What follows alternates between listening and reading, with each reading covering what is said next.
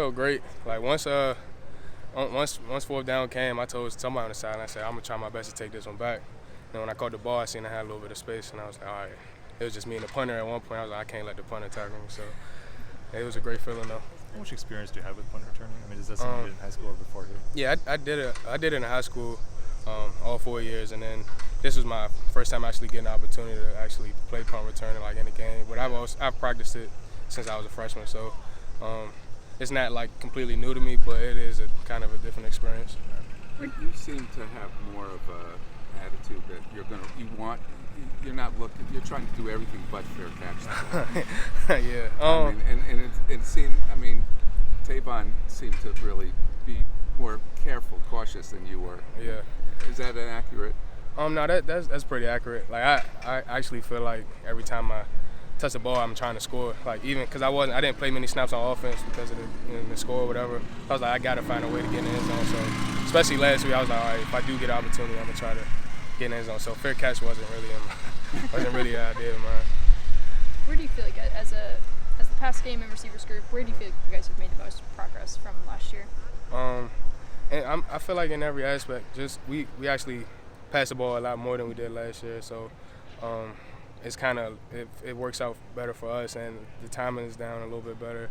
And we have a great relationship with all the quarterbacks. If it's Josh or Pig, so I feel like we definitely took a lot of steps from last year to now. Do you think that first half was a good representation of what you guys can be passing-wise, or is there more? I think it's a great representation. I feel like we could do a little bit more, but we'll see how things go in the next coming weeks. Do you guys have a similar feeling attitude going into this game as you did, let's say, the last couple of years going into the opener against Texas, trying to make a statement?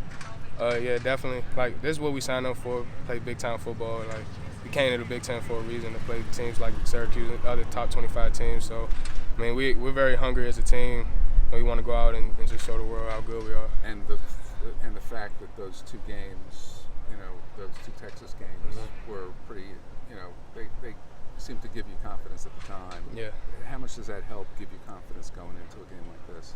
It just, like, as a group, we know that we could compete with some of these, like, top 25, top-notch teams, or the Power 5 teams. So, definitely beating Texas the last 2 years, and then staying in the game with Ohio State, even though we lost, I feel like it gives us a lot of confidence to go out and compete with these teams. So, I'm excited. Last week was talking about how Syracuse has a lot of DMV guys on the team, and I know you almost took an official visit there after Loxley left. Just kind of what went down with that situation? How hard did Syracuse recruit you? They recruited me pretty hard. It was a little bit closer to signing day, so they were kind of on me harder than other schools. And then there's a lot going on here as well, like with Loxley leaving and the new coaching staff. So I was just trying to kind of weigh my options out, but I ended up in the right spot. So. What ultimately put you back in the balance? Just the fact that I wanted to play for my own state. It wasn't necessarily the coaching staff or anything like that. It was just I wanted to represent the state I grew up in and play in front of my family and friends. So.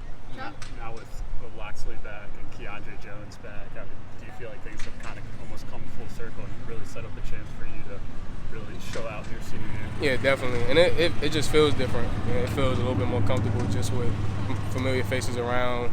Like you said, Keandre, Coach Locks, and even Coach Brooks, he's my high school head coach, so it just feels like more of a family environment. And age where guys are like always looking to transfer out and stuff, you kind of patiently waited your turn, and at a punt returner you're starting the slot.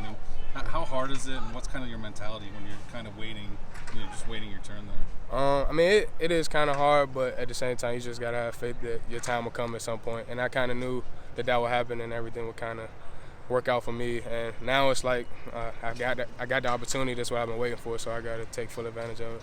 Josh Jackson told us today that kind of before every start of a season game he watches Lion King. How much does he talk about that movie, and what have you guys kind of seen of that? Actually, he did tell me that one time, but I've only heard him talk about that once. But that's cool. Everybody got like their pregame or preseason ritual, so if Lion King helps him play good and he wants to do that, then that's fine with me. Do you have any pregame rituals? No, I just kind of like to stay relaxed and not think too much of it and have fun for real. So that's pretty much it. Josh talked about how you guys, how he spent a lot of his time in his official visit with you. Oh, yeah.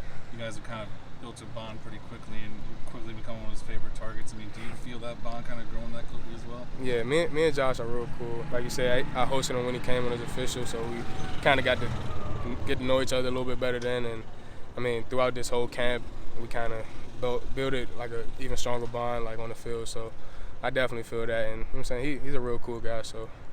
You mentioned the Ohio State game. That's the last time, obviously, you played a ranked team, I guess, on your field. Right. Does that sort of play into the thinking this week, like almost unfinished business from last year? I mean, we think about it a little bit just because like we wanted to win that game so bad, but we don't like we're kind of trying to just move forward from everything. Like the Howard week's over. It's just we focus on Syracuse and what they do and you know what I'm saying, what we got to do to be able to beat them. So I mean, the ranked thing, like you think about it, but at the end of the day, it's just another football team. So we just gotta go out and compete. Does it mean anything that you guys went from underdogs to favorites? Yeah, I literally just seen that today, and I mean, I don't think too much of it. I don't know what the rest of the team is thinking, but I mean, it goes to show because they also moved the game to like ESPN or something like that. So people are starting to take notice that we can actually make some noise this year. So we'll see how it goes.